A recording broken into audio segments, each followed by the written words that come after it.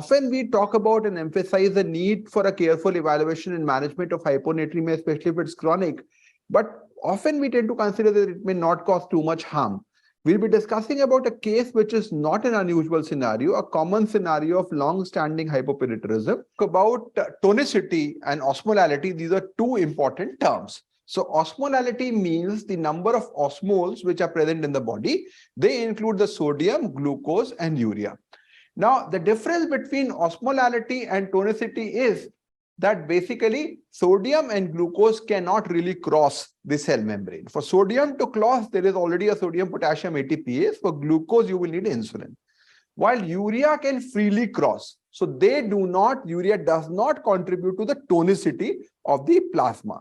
So the major determinant of tonicity is sodium and glucose. While if you talk about glucose, the levels are usually normal. So in the absence of hyperglycemia, sodium is the major determinant of our body tone. Now, in conditions like hyponatremia or in scenarios in which you have an AVP excess, and we discussed that any scenario in which you have got chronic hyponatremia, you will have an excess of arginine vasopressin. In those scenarios, you will have a decreased tonicity of the blood. So the brain cells will basically have a swelling. So they will go into a edematous phase, and that causes all the features: cerebral edema, headache, irritability, seizures, and other problems. Now, to counter that, of course, body does have a mechanism in the form of idiogenic osmoles, which are basically extruded, and through that we are able to save all these problems to happen. There is an adjustment which happens. If there is a rapid rise, however, in the serum sodium, this adjustment becomes maladjustment, and that may cause a problem. And we have been hearing about this since medical school, the term which was earlier known as central pontine myelinolysis, and now we call it more appropriately the osmotic disequilibrium syndrome. So your whole cells will basically, which are swollen, then become normal, will suddenly shrink. So you will have a lot of lysis of these cells, and that causes this myelinolysis. So we'll talk about this is the fundamental aspect which we'll discuss as to how this happened in this case and how we could have prevented, how we could have improved in terms of outcome in that regards. Now, all of you can go and have a look at our website, learning.growsociety.in, which has got a lot of resources related to pediatric endocrinology courses, including fellowship and diploma programs. We routinely run multiple programs in the form of postgraduate lecture series, grand rounds, their publications, as well as the mobile application. So today, we are going to discuss about a very, very interesting case. Dr. Dhwani, who is our fellow, will be discussing about how this case presented and what it looked like, a normal scenario, and how things changed.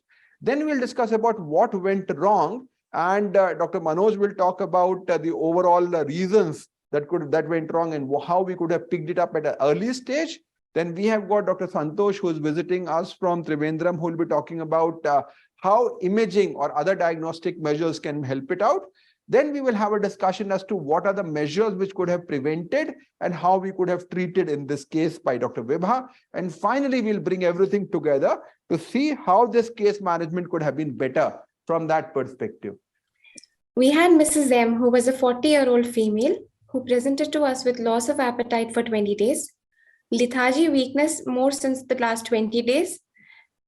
On inquiring further, we got this history of stillbirth at 22 years of age with history of secondary amenorrhea since. There was history of decreased interest in activity, lethargy, poor sleep quality for the last 20 years, ever since she had this stillbirth. So I think that's a very, very important history that you've elicited there, that at 20 years of age, she had a stillbirth, and after that, she had secondary amenorrhea. Now, one question which will really help you out reach a final diagnosis is, what would you ask at this point, which will tell you that this is really the diagnosis you're looking at? First, what diagnosis are you looking at, and what single answer will give you a final diagnosis there? So if she had lactation failure, yes, in the immediate or postpartum hemorrhage, if they give a classical history of having bled a lot, then that will really clinch the diagnosis. So this is clearly what you think. This is a Sheehan syndrome classical presentation, a patient who actually had a delayed overall problems in terms of the postnatal period. And the key question, as you said, would be to ask whether there was a lactation failure in that scenario. So now you have all these features are suggestive of a classical low level of cortisol deficiency. So let's continue from there. Yes, so all of her symptoms were attributed to clinical depression, and she was somehow started on antidepressants, which she had been taking for the last 6 months with no significant benefit in symptoms. For these complaints, she had also visited our OPD about 10 days back. Because the symptoms were non-specific, she was advised some blood tests which showed microcytic hypochromic anemia with thrombocytopenia. Her rest of the investigations were predominantly normal.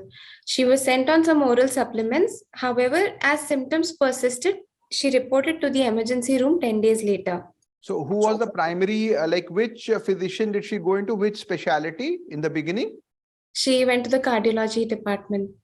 Okay, so because of this lethargy, weakness, they went to the cardiology department. Now, again, they have done basic workup, which shows anemia and thrombocytopenia. They have done a TSH as well. What do you think is the thing which you would have done better at that point of time?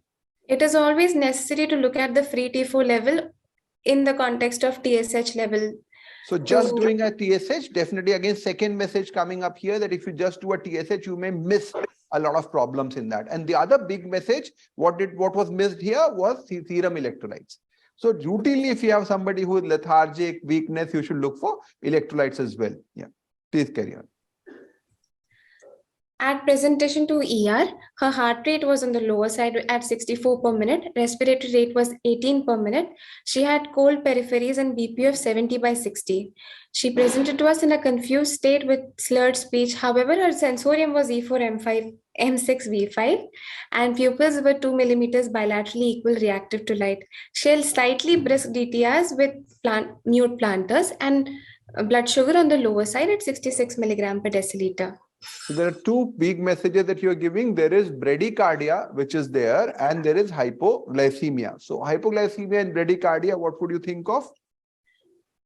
Hypocortisolism is somewhere. So hypocortisolism means multiple pituitary hormone deficiency because you have a thyroid probably affected. Now, of course, we know the diagnosis, so we are more biased. But if you have somebody who has got hypoglycemia with all that presentation and who has bradycardia, we are thinking clearly of a MPHD. Carry on. So this was the initial lab investigation when she presented to the ER. So again, we had a hemoglobin of 10.5, sodium of 100, and a potassium of 2.9. The rest of the investigations were essentially normal. Again, only TSH was done at ER, which was in the normal range. She had a slightly elevated SGOT level. But the most important or most worrisome thing that I find in the initial lab is her sodium of 100 against a potassium of 2.95 here.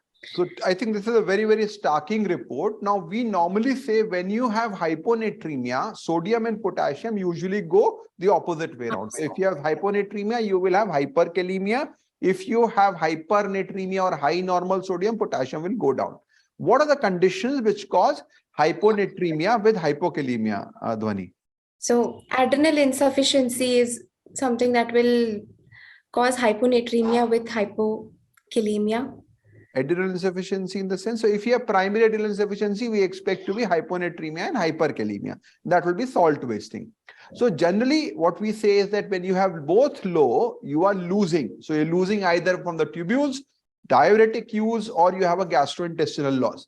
Now the question is that if you are attributing it to adrenal insufficiency, is it central versus peripheral? What do you think based upon this sodium report? Central, definitely. Central, definitely, because the potassium is normal.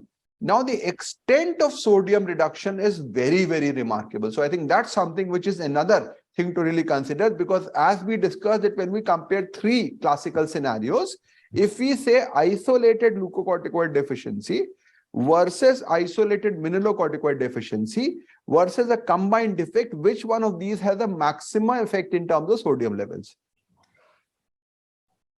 Which one of them the sodium is the lowest?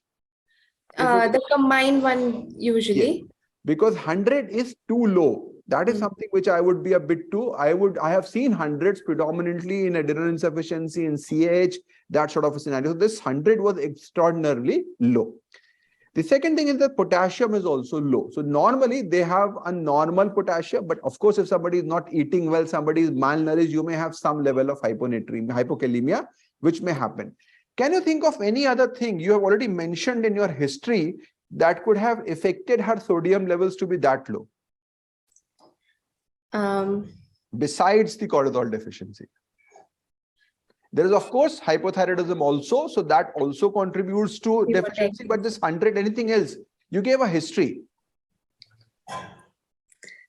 So that she was on some antidepressants. Now we know that many of these antidepressants do cause SIADH. Like SIADH, yes. Now, if you already have cortisol deficiency, if you already have hypothyroidism, on top of that, there is an antidepressant which is further increasing ABAP. Of course, the sodium can be explained. So this very severe hyponatremia is unusual.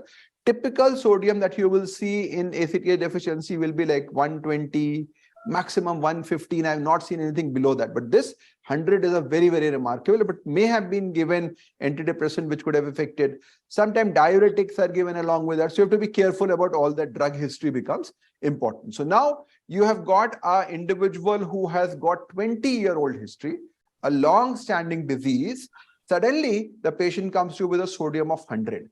Now, what do you need to understand here is that this patient has been living with this condition for 20 years. It's not that she is in a life or death situation. That is what is very, very important to understand. So don't be too aggressive. Now, remember, this patient was admitted under cardiology.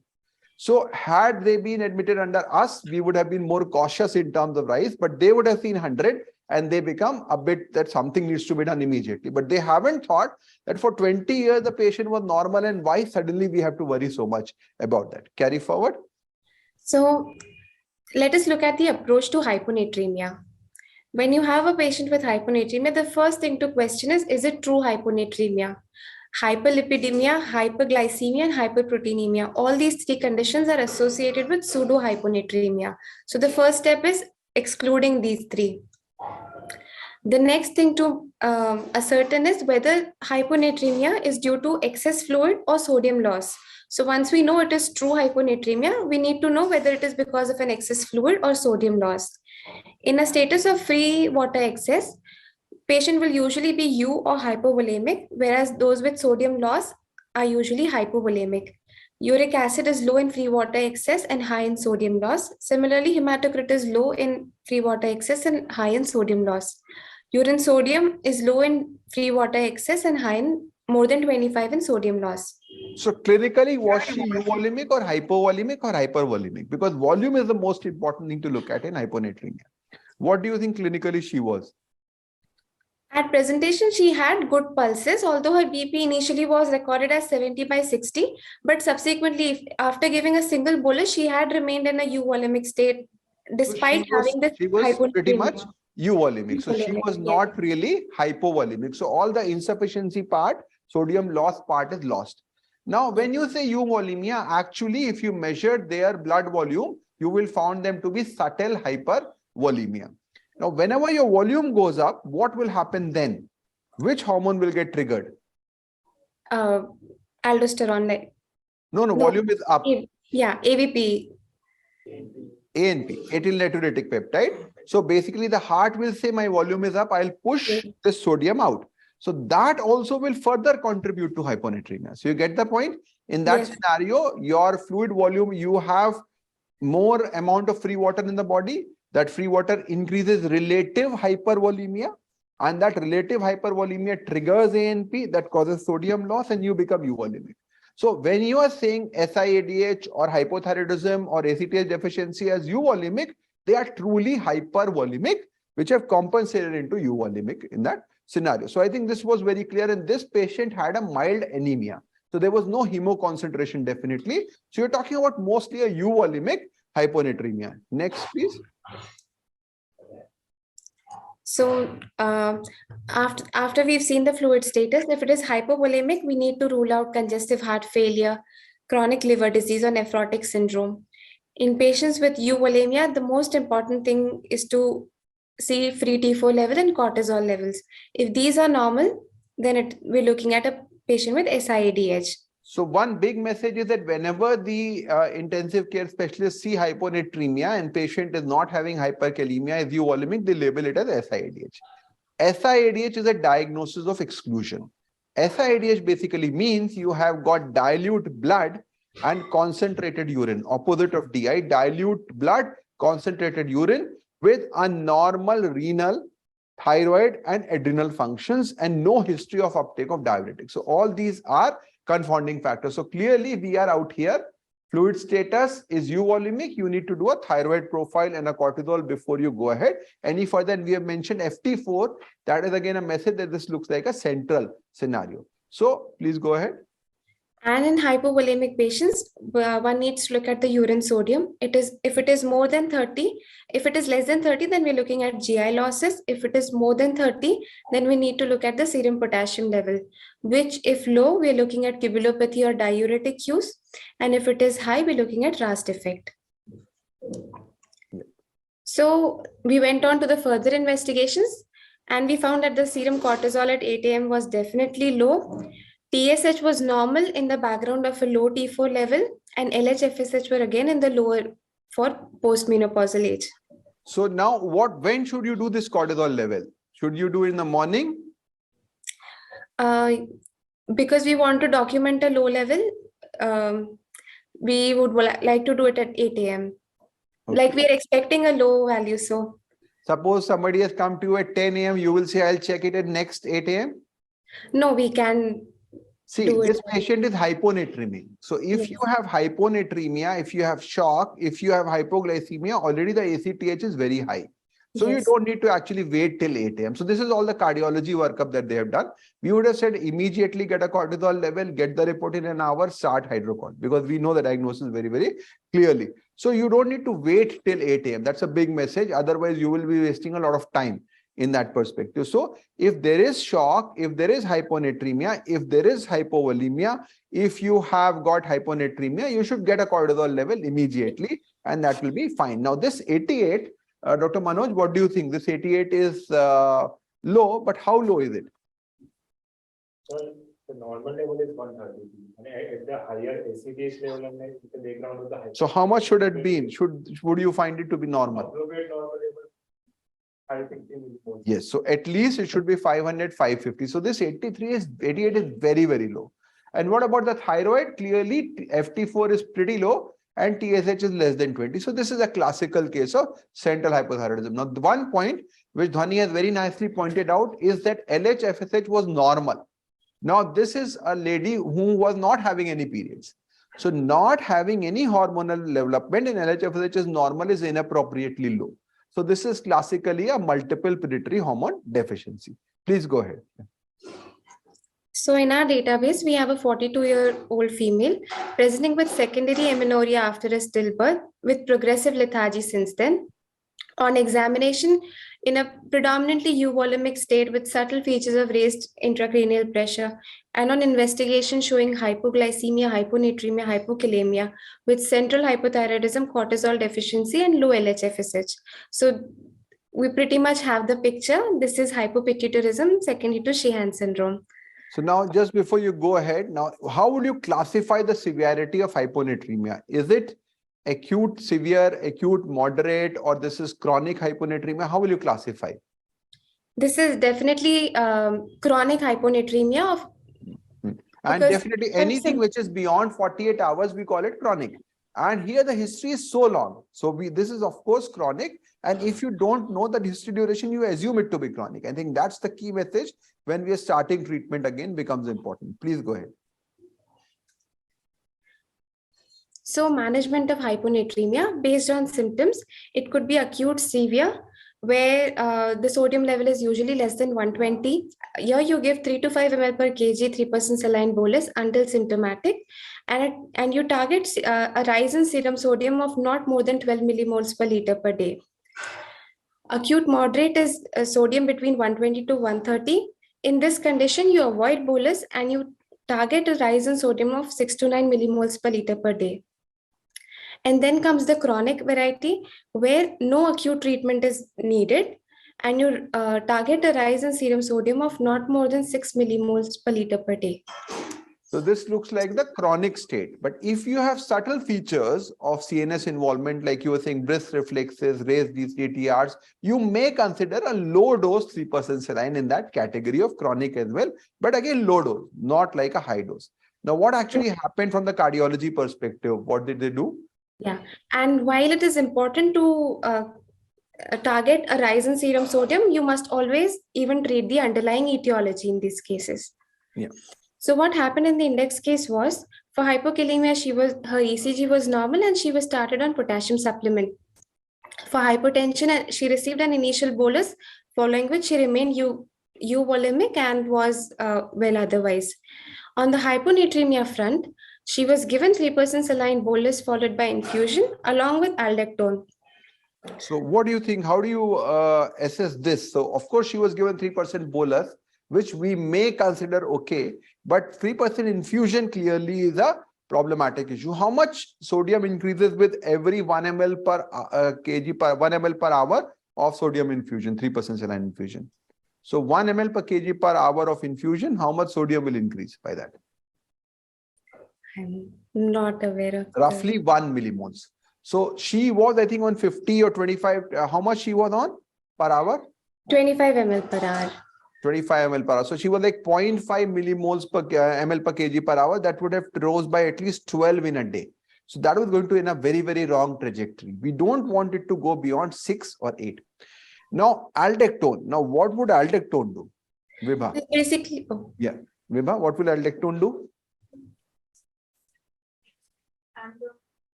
No, it antagonizes what? It is against what? It is a mineralocorticoid receptor antagonist. So your glucocorticoid is already not there, and then you are also blocking the mineralocorticoid, not the RAS, mineralocorticoid receptor. So your glucocorticoid is already not there. If you're going to block your mineralocorticoid, you're going to cause hyperkalemia and you're going to worsen your hyponatremia.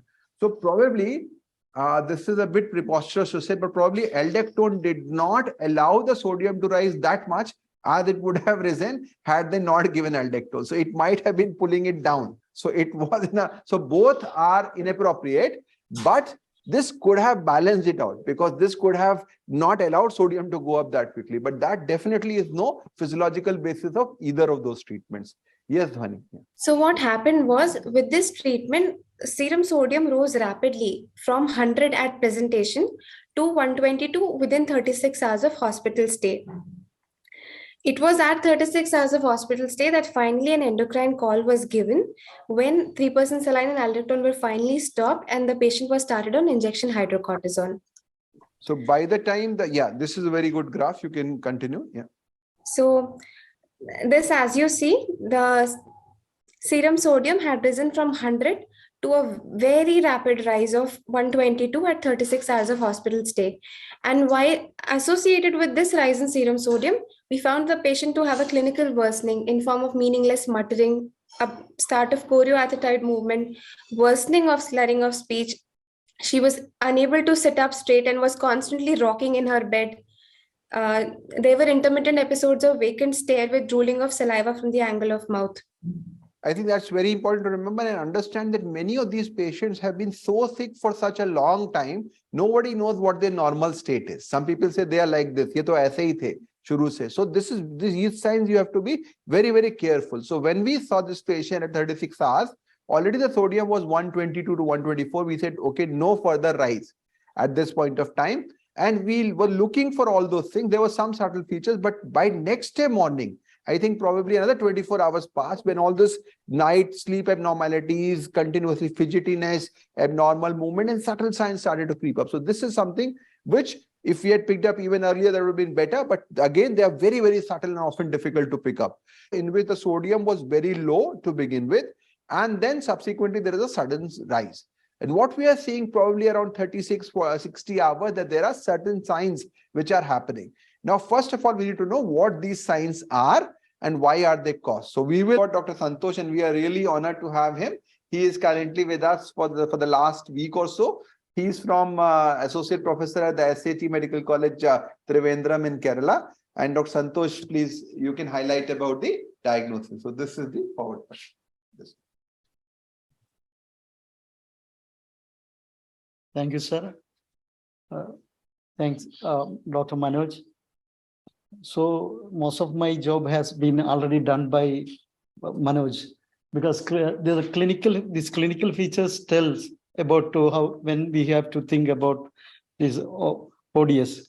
So first of all, as a clinician, what we think is that when a patient is in ICU or coming out of ICU, suddenly new bizarre CNS symptoms arises.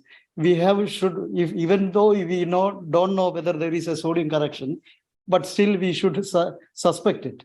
And then immediately, if this patient had a sodium around 110 only, but the correction was over by 36. According to our protocol, that correction should have taken more than 4 days. Actually, each day around 6 to 8 only we have to correct. If you take it 6 days, almost it take around 4 days. From that itself, we know that even though by the days in the hospital stay or how many days the correction was there, we come to know it is we have to suspect ODS. And seeing the trajectory of the sodium and timeline, so sodium and time axis, we can make out how the slope was, whether it is a very steep slope or whether the slope was very low. From that itself, we can make out. And with 120 sodium, usually we are correcting with sodium. Usually it should not be, if it's correct increase, you don't expect a linear rise in sodium. There should be some zigzagging, like Sir had put this seesaw appearance, a blade of seesaw. Usually it will ups and downs. Like that it should be, usually we expect in that. So I visualize this like a adventurous ant. The trajectory of the sodium rise should be an adventurous ant crawling on a seesaw blade, raw edges of the seesaw blade. That way it should rise. Ups and downs should be there. Okay. So the history and clinical features guides towards the diagnosis. There is so by clinical features we can diagnose, but there are always a limitation in neuroimaging. One is that the findings, the lesion findings will be very late in imaging, and second is that in CT scan we don't get much finding. We have to depend upon MRI, and the clinical features predict the course and prognosis. In that also the neuroimaging lag behind. So always the clinical manifestation is important, and then you have to go for neuroimaging for confirming it. So CT scan is less sensitive than MRI, and we have to, as the name implies, this is otherwise known as central. The term is ODS. Earlier it was CPM, central pontine myelinosis. So from the term itself, you have to just see the points in MRI. That's all. Your diagnosis is done.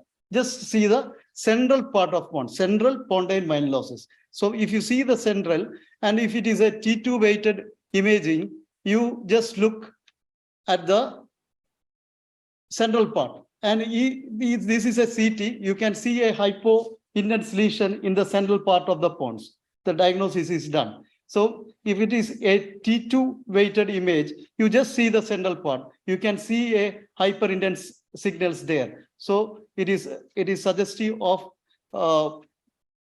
ODS. And this is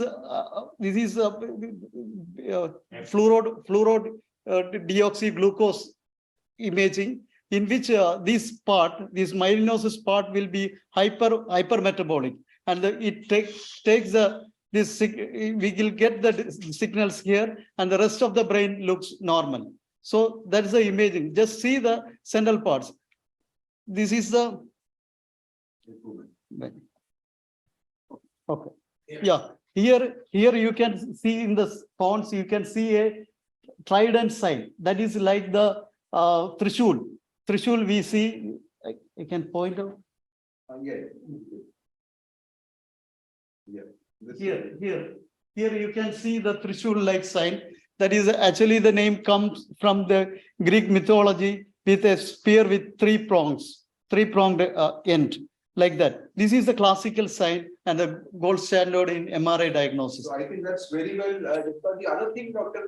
Santosh, you said that there is a gap between that. So what is the typical time lag in which the MRI changes appear?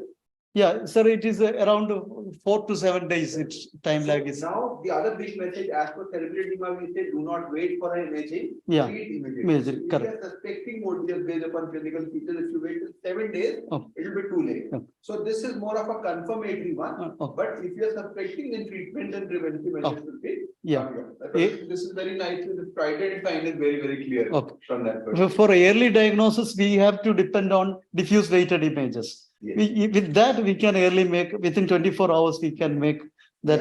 But Yeah, even that if it is normal, you cannot exclude. Yes. So I think what we need to understand is why are we doing MRI? Yeah. If you want to exclude ODS, you cannot exclude ODS. Yeah. If it is present, Yes. it is there, but it is absent, it can Yes, still be ODS. correct. So don't, so that's why we should give less importance So, to MRI. That's why this patient had got MRI earlier, but then we said, okay, now we will not do the MRI. So now again, we have already discussed in this case how there was problems in there. So Dr. Dhwani, you are there? Yes, sir. So what really do you think should have been done here? So have while we should have given DDAVP along with 3% saline at the very outset itself, we definitely got late. After starting injection hydrocortisone, she had shown slight improvement initially, and then we got this history of altered sleep cycle and dysarthria. So that is when ODS had actually set in this patient. And we went for the rescue therapy in form of free water and oral desmopressin. But even with this, we were able to achieve 5 milliequivalent per liter per day fall over 48 hours and a clinical resolution in symptoms. So that's the key message, that even if you are late, you may get a very good response. So we were able to lower using oral desmopressin and free water. So we gave multiple boluses, Manoj. How many times did we have to give bolus? I think we gave 4 or 5. 5 boluses of 5% dextrose, and to the ICU team, it was looking paradoxical as to what we are doing. Why are we lowering a sodium of 122? But they were not understanding that. But finally, this patient, within a day, we were able to get back out of the ICU. And latest she came to us, she was walking actually. So this is a very, very good, in which the entire team had to work so hard, but it gives a very big messages to everybody. So I think this basically means that when you have somebody with severe hyponatremia, if you are thinking of good correction, rapid correction, give DDAVP at that point of time. Second, if your rise, as Vibha was saying, is more than 8 per 24 hours, give DDAVP then. If you have lost all that, even then if you give free water, if you give DDAVP, you will have a good improvement, which is there. So I think this was a big message with that regard. So this was in the background of Sheehan. Now she is on hydrocortisone, thyroxine, and we deferred the induction of thyroxine. And we reduced the dose of hydrocortisone because we knew that if we give too much hydrocort, if we start thyroxine, the patient will have a sudden worsening because sodium will go really high. And gradually the replacement was done in that perspective, in that regard. So this was the trend which we saw, and gradually after all that we were able to establish. So